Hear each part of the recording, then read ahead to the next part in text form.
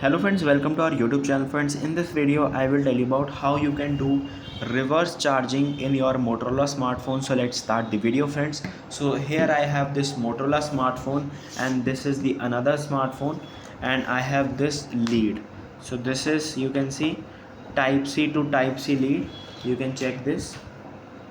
So this is the lead. Let's put one side in this Motorola smartphone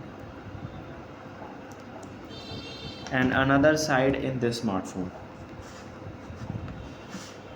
So let's see if it is charging.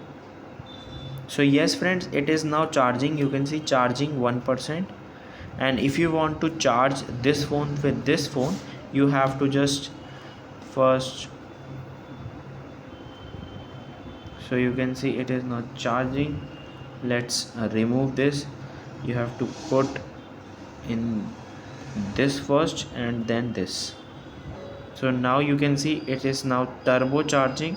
So it is charging. Here it is smart connect photos, you can USB charging is on. So this is how you can do reverse charging. I hope you like this video. Thanks for watching.